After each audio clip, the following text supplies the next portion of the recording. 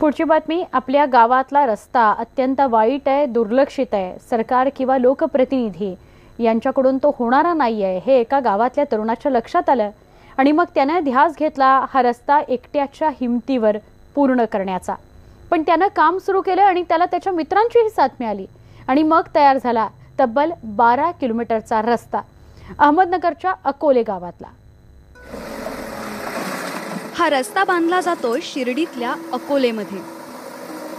कोतुळ ते लहित खुर्द हा रस्ता बांधण्याचं काम करण्यात आलं, पण ते सरकारनं केलेलं नाही तर ते केलंय चासगावातल्या अभिमन्यू शेळके या तरुणानं त्याच्या मित्राच्या साथीनं. गेली अनेक वर्ष इथला रस्ता केवळ नावापुरताच होता. हा रस्ता दुरुस्त करावा यासाठी वर्षानुवर्ष निवेदनं दिली गेली आणि त्यावर आश्वासनही मिळत गेली, पण आश्वासनांशिवाय बाकी काहीच ग्रामस्थांच्या हाती पडलं नाही. प्रशासकीय स्तरावरून काही प्रतिसाद भेटला नाही. त्यानंतर आमची अशीच काय संकल्पना आली की आपणही काहीतरी या समाजाचं देणं लागतो. त्यामुळं आम्ही म्हटलं चला प्रयत्न करून बघू. तरुणांनी असं थोडंसं मानावर जर घेतलं तर सगळा परिसर आपला हा खड्डेमुक्त होईल.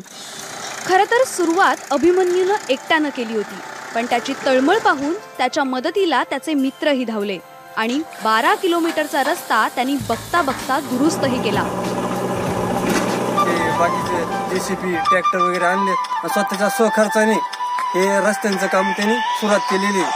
तर या कामामुळं सगळ्या परिसराच्या लोकांना त्यांचा हे काम पाहून खूप आनंद झाला.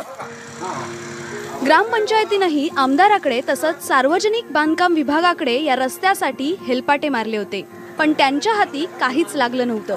त्यामुळं अभिमन्यूने केलेल्या कामाचा गावकऱ्यांनाही खूप अभिमान वाटतो. तालुक्याला हे सर्व जे जोडणारे रस्ते आहे ते रस्त्यांची दयनीय अवस्था झाली.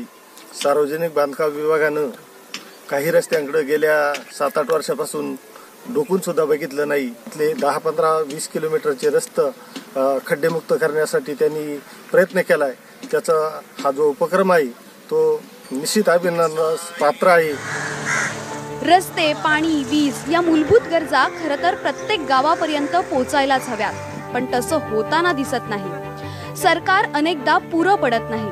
अशा वेळेस अभिमन्यू सारखे तरुण जर पुढे येत असतील तर त्यांना प्रोत्साहन म्हणून सरकारनं किमान मदत तरी केलीच पाहिजे. हरीश दिमोटेसह bureau report, news 18 Lokmat, Shirdi.